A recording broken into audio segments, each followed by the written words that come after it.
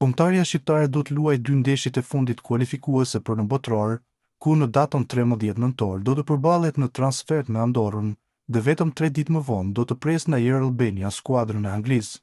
Kuqezin ka shansin më të mirë në histori për të shkuar për herë të parë në play-off të Kupës së Botës, teksa ndaj Andorrës mund të vendosen përfundimisht fatet e rrugtimit tonë gjithmonë duke e u lidhur edhe me ndeshjen Angli-Serbi.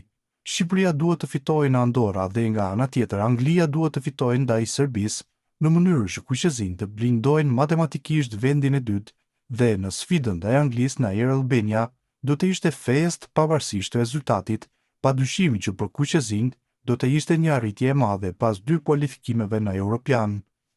Trajneri Silvinho do të bëjë publike listën e lojtarëve në javën e parë të muajit nëntor, në datën 7 ose 8 nëntor, do të publikohen listat e futbollistëve teksa grumbullimi do të nisë të dielën e datës 9 nëntor. Kuqezin do të grumbullohen në Barcelonë për shkak të distancës së afërt mes qytetit Katalanas dhe Andorrës. Duke qenë se nuk ka fluturime direkte dhe aeroporte pranë Andorrës, është menduar që të bëhet ky grumbullim në mënyrë që të jenë sa më pranë me vendin ku do të luhet sfida.